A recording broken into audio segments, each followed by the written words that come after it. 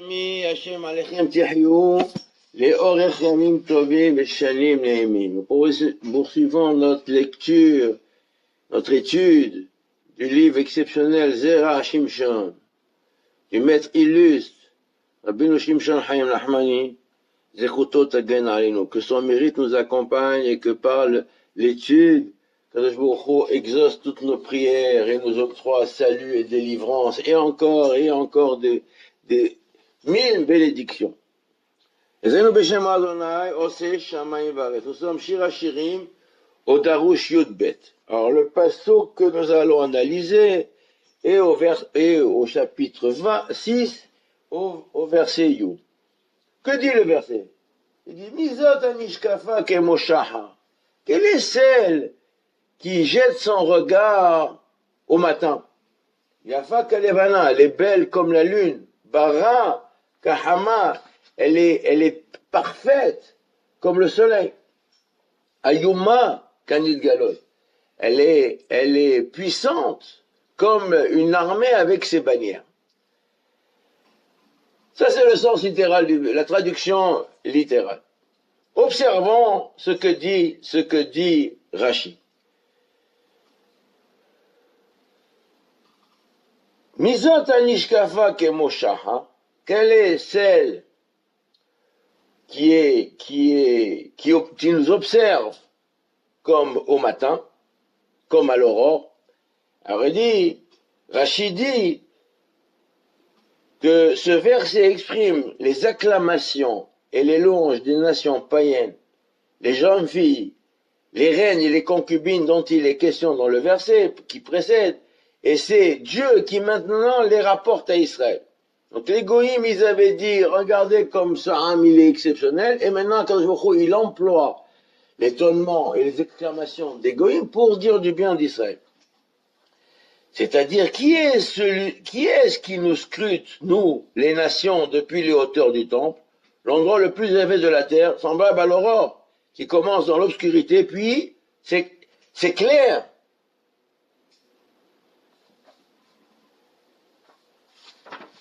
Puis il dit, Yafa Kalevana, elle est belle comme la lune. Alors dit, c'est du temps où Am Israël était dans sa puissance.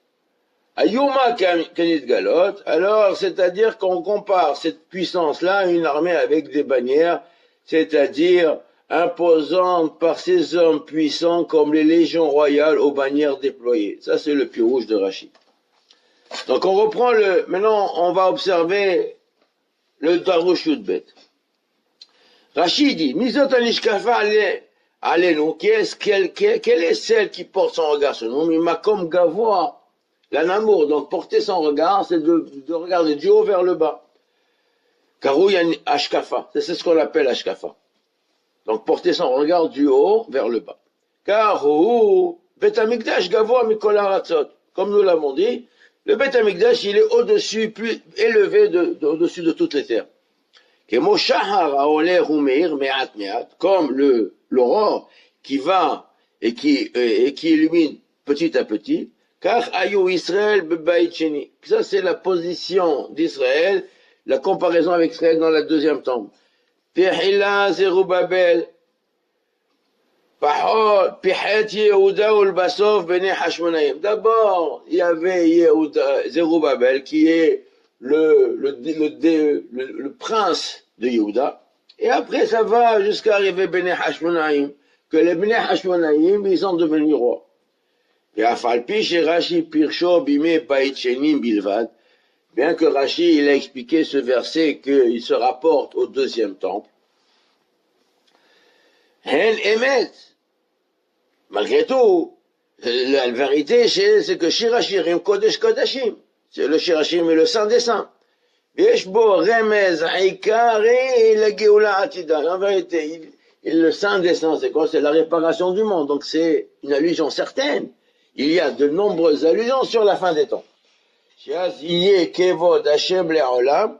Et à ce moment-là, lorsque la délivrance finale, la réparation totale du monde se produira, alors la gloire de Dieu sera totale. L'Erolam, pour éternel. Isma Hashem b'ma'asav. Et quand je vois au Et quand il va se réjouir de ce qu'il a fait. Shaf, la délivrance elle-même sera comme le lobe qui s'illumine progressivement. Mais pas comme la délivrance qu'il y a eu en Égypte, qui est venue d'un coup. Elle s'est illuminée comme la lumière du jour, immédiatement. La nuit, elle s'est illuminée comme le soleil de midi. Comme il dit le soir, qu'il s'est illuminé, ça s'est illuminé la nuit obscure comme le milieu du jour quand dans le soleil dans sa puissance. Ça s'est rapporté dans deux endroits dans le Zohar. Alors pourquoi la raison de cette distinction entre Dirti Betiat Misraïm qui Behipazan, en Égypte est sorti empressé, rapide. Il a dit de l'avant, mais la fin des temps, il y a marqué dans Isaïe, Kilo Behipazan Tetseo, vous ne serez pas sortis empressés.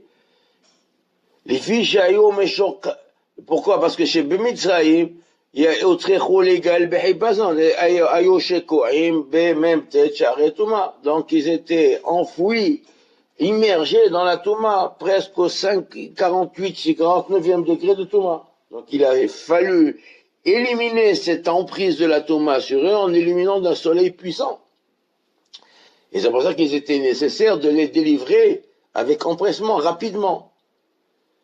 לפי שהיו משוקעים בטומאת בגילולים שלא ניתרו, וצריכו להאיר להם אור גדול, כדי שיברכו המזיקים והמקדרים כדכתיב, תזרח השמש יאספו. Donc comme tu dis que le soleil s'illumine, et la Touma, elle disparaît. Ils sont exterminés. Donc c'est exactement ce qui s'est passé en Égypte. Yom Tov Arishon, maintenant après le premier jour de Yom Tov, c'est Kvar Yatsu, cette lumière-là, puissante, qui s'est déployée, dévoilée, déployée, amplifiée le premier jour de puissance extrême. Le deuxième jour, elle a été récupérée. C'est comme il explique Rabbeinu Hari, la différence qu'il y a entre le premier jour et les deux autres jours. Pourquoi à partir du deuxième jour on compte le Homer? Parce que justement, la Kedusha, la puissance de l'illumination qui s'est produite le premier jour, elle était juste pour le premier jour, pour permettre la sortie. Mais après, ça a été repris. Et à présent, pour arriver à Shavuot, il faut travailler, il faut monter les étapes. Donc c'est une période de rigueur. C'est pour ça qu'à la fin, il faut voir dans le Rabbeinu Hari, il explique ça dans plusieurs endroits, dans Peri Etz Haïm, sur Haga Pessar et dans Shara Kavanot. Et même dans Shara Pesukim. Parashat Shemot, il dit, au Shara Likutim, il explique le concept même de la sortie d'Égypte.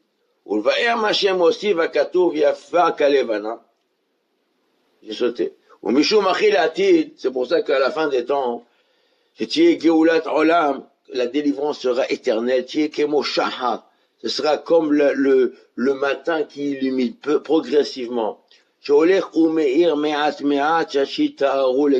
une progression de manière, pour éliminer de manière totale, parfaite, la Ktouma, il faut que l'illumination se fasse progressivement. Et à ce moment-là, s'appliquera le verset, se réalisera le verset que Dieu sera la lumière pour toi, illuminera, il sera une lumière pour éternelle. Alors maintenant, qu'est-ce que le pasuk qui rajoute? Il dit Yafa kalevana barakahama. Il dit pure, belle comme la lune et pure, hein, comme le soleil, comme la lumière jambe.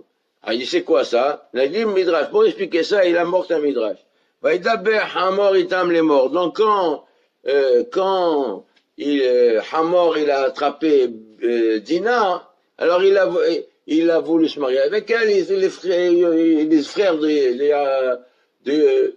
frères de Dina, les enfants de Jacob, ils ont dit il faut faire la Mila. Donc il est parti Hamor convaincre les habitants de Shrem pour faire la Mila.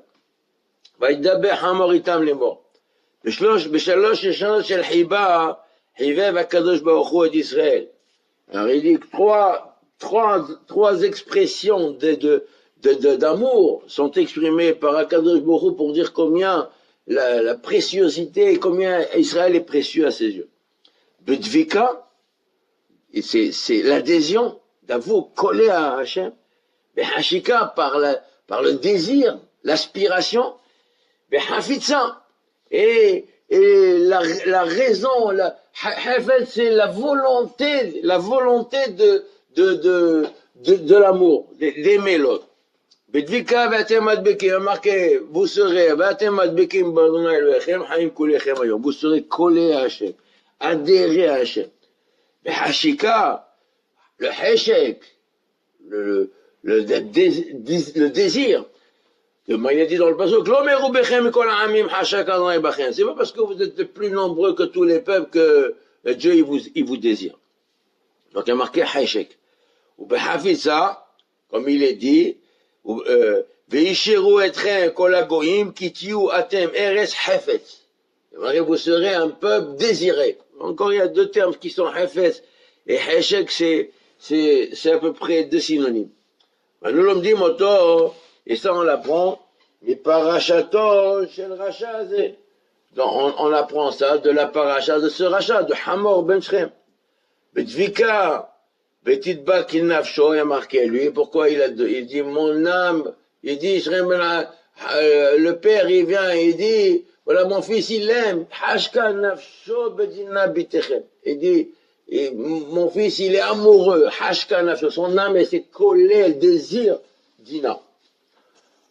Hashka. Non, Davka. Betviko, c'est Davka, il est collé à ça. Hashika, il dit, pourquoi, comment il emploie le mot Hashek? Shechem beni Hashka nafsho bebitechem. Hashka, maintenant, il dit, il désire. Hafitza, qui hafez le bas Yaakov, il désire, il veut obtenir la fille de Yaakov. Donc les trois termes sont employés quand Shechem, Hamor, il veut la fille de Dina. Pourquoi on a besoin d'apprendre de Hamor ben Shechem? Kilo yadana mahout, on ne sait pas c'est quoi Devekut, Heshek et Hafetz. Israël, il y a marqué ça au sujet d'Israël, il y a des psukim dans la Torah, qu'est-ce qu'on a besoin d'apprendre de lui?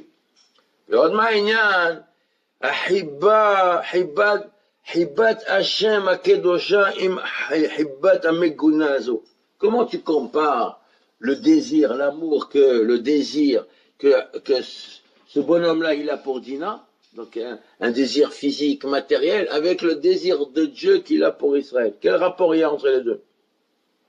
Un c'est tamé, un c'est physique, c'est avatru abadava, c'est juste charnel, et l'autre c'est quelque chose de rouhani exceptionnel. Ça c'est la question qui pose le Yafetor, Marie a fait. Mais Tiret, chez Matza Katou, il a que le pasuk chez Yefchar, les shaer ahava rouhanit et la imagashmit. Donc on ne peut pas définir l'amour spirituel que uniquement en comprenant un exemple de l'amour charnel et matériel. Mais la rien qu'aider la sigma ou avat Hashem l'Israël pour que nous saisissions un peu qu'est-ce que c'est cet amour que Akadosh Baruch Hu il a pour Israël. Alors on va faire un machal, on va prendre un exemple, un sens figuré de cela pour comprendre. Alors, נדמה לאהבת החושק הטוב לחשקתו הטובה. שמתחילה יחשוק כיצד בחשקתו, ואחר כך יחשוק בה ולא באחרת. Donc c'est ça le désir d'une femme. Un homme il veut une femme. Alors au début il a un peu de désir pour elle. Après quand il s'attache et encore il s'attache et l'amour s'amplifie, il peut plus regarder ailleurs. Après, il s'attache à elle, il est bagba de sorte qu'il n'y a plus rien, c'est lui et elle, ils font un corps. Que lui, c'est sa vie.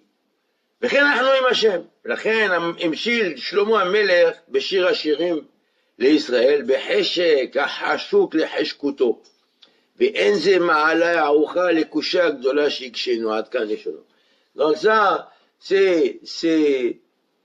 il dit que l'amour qui est mentionné à plusieurs reprises, le désir, l'amour, l'aspiration à s'attacher à Kadosh Baruch Hu, il est imagé, il est fait en parabole de l'amour d'un homme et d'une femme. Boldina nira שזה מצא היא תשובה קצרה ופשטית ונכונה, שהרי מצינו, donc il lui va donner un sens simple. מצינו הכתוב, את השם אלוהיך תירא. Voilà, tu dois craindre l'Éternel ton Dieu. אותו תעבוד, c'est lui que tu dois servir. ובו תדבק, et à lui tu dois te coller, adhérer. שלושה דברים אלו הם ממש מכוונים נגד אלו. Ces trois choses-là, c'est exactement ces trois choses. C'est les trois choses que nous avons citées. Au début, un homme, il a peur de Dieu. Donc il veut un peu s'approcher de lui. Il a peur, c'est par crainte. Donc il a peur, il a la crainte de s'approcher trop près. Et après, il a marqué, tu vas le servir. Et Dafka, tu dois servir Dieu et pas ton Yetzerara. Tu dois servir Dieu pas pour avoir du plaisir, ni pour avoir un intérêt personnel, physique. Donc il va désirer cette femme-là et pas une autre. Après tu te colles à lui, tu fais un avec lui. Alors elle dit, moi je peux pas sans ma femme. Et ma femme c'est ma vie. Et c'est exactement ce que le Midrash il a dit au sujet du désir, de se coller, le désir et la passion qu'on a dans le désir.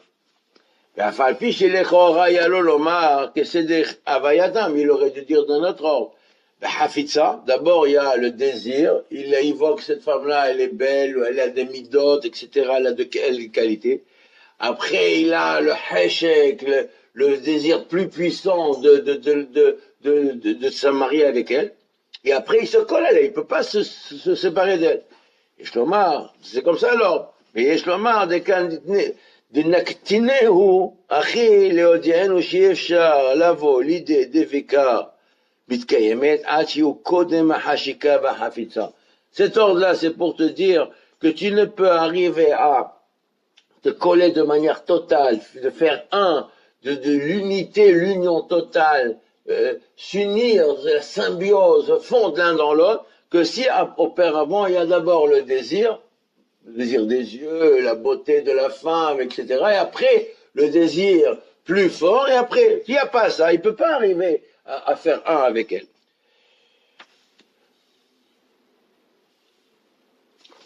וכמו שיהיה לעתיד, דכתיב, הנשקפה, c'est ce qu'il a dit après, שיהיה אפשר לבוא לידי דבקה, דבקות, המתקיימת, donc une דבקות perpétuelle, qui continue, qui ne s'interrompt jamais.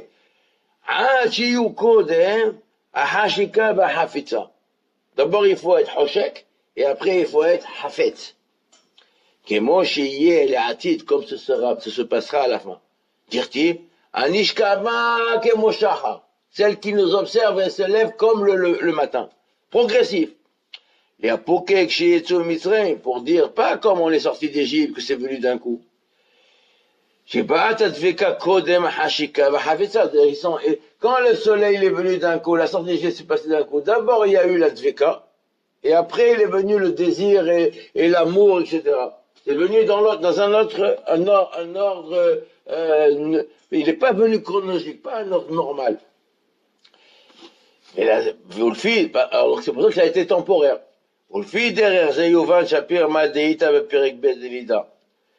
Dans la Gemara non Lida, elle dit, Shekar umanuto shel Yetzerara. Quelle est la manière de la démarche de Yetzerara? Comment il fait son travail? Ayom omerlo asekar. Aujourd'hui, il lui dit, fais telle chose. Le mahar omerlo asekar. Et après, il lui dit, demain, il dit, fais autre chose. Le mahar omerlo l'air avod avodazara. C'est-à-dire qu'il veut te dire, il est progressif. La tentation, la séduction des Yetzerara, elle est progressive. Aujourd'hui, il dit, fais une petite avéra. Et demain, il dit, bon, fais une autre un peu plus grande. Etc. Et au fur et à mesure, il va lui dire, va faire des choses très graves, va faire un vodazar. Et comme il est maîtrisé, il ne sait plus où il en est, il va y faire un vodazar.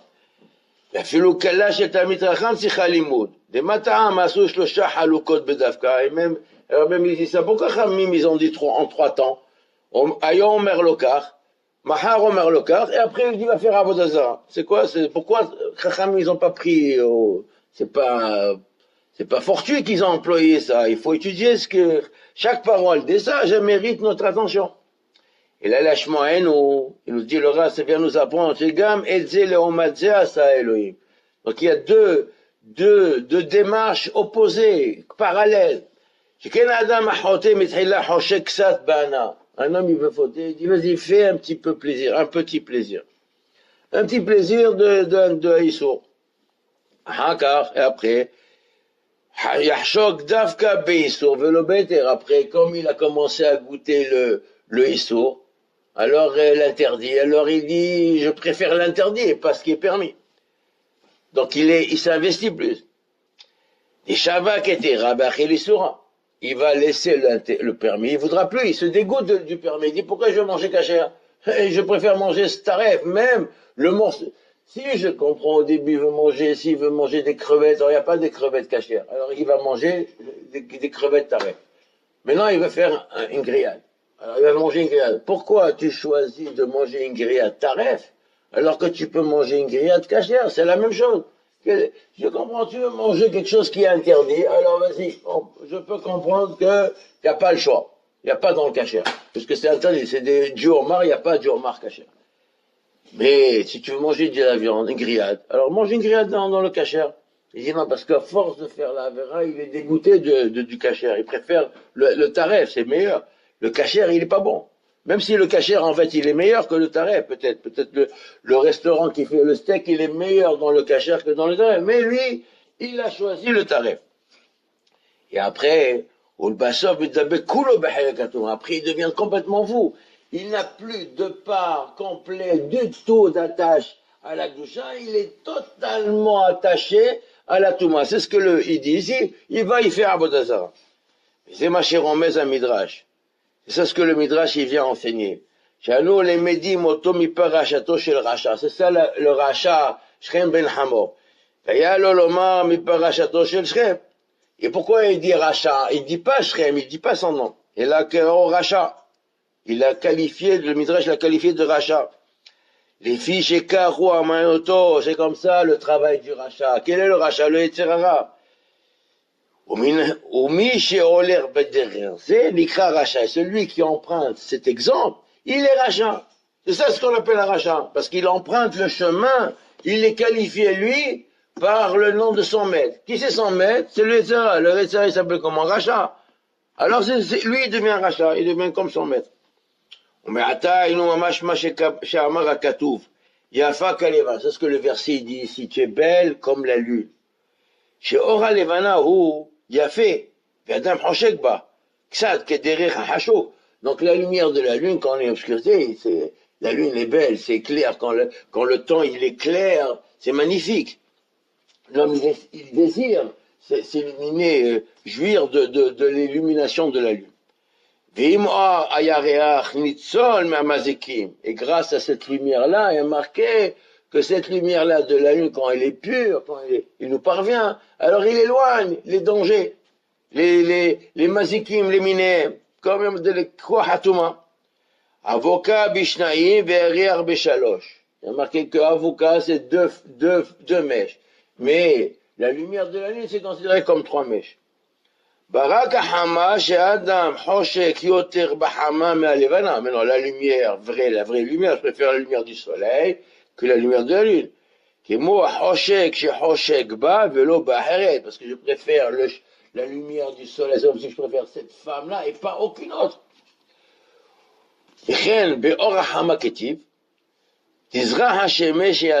Quand la lumière du soleil est dans sa puissance, elle chasse toutes les Kohatoma, toutes les Toumas, c'est la puissance du soleil. Il chasse tous les. C'est pour ça que quand Abraham il était devant la tente Dieu, il y avait personne dans la rue. Pourquoi? Parce qu'il a sorti le soleil de son écrin, et le soleil est tellement puissant que c'est Kohakdusha. tous les idolâtres, ils sont restés à la maison, ils n'ont pas supporté. Ils n'ont pas supporté la puissance de l'énergie spirituelle qui se déploie. Donc il n'y a plus de mazikim. Après tu ressembles aux bannières, à une légion qui a puissante, qui élève les bannières. D'ailleurs, quand nous attachons à Dieu, non seulement les mazikim, ils ont peur, Kohatouma, ils s'éloignent, ils fuient. Et là, un Shia, non seulement ils fuient, mais ils meurent, ils disparaissent. La lumière, elle les tue. Donc, dans le désert, qu'est-ce qu'il y avait? Pourquoi les Israël sont restés 40 ans dans le désert?